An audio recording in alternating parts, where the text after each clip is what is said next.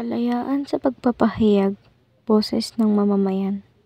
Ang bawat Pilipino ay may kalayaan sa pagpapahayag ng opinyon at impormasyon. Ito ang nagbibigay boses sa mamamayan upang maiparating ang kanilang saloobin, ideya at paninindigan sa lipunan.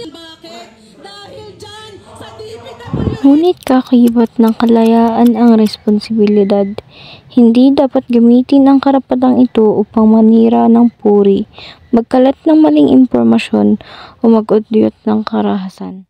Sa bawat boses na naririnig, nabubuo ang isang mas malaya, mas makatarungan at mas demokratikong lipunan.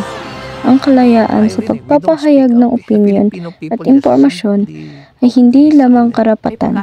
Ito ay tungkulin ng bawat Pilipino.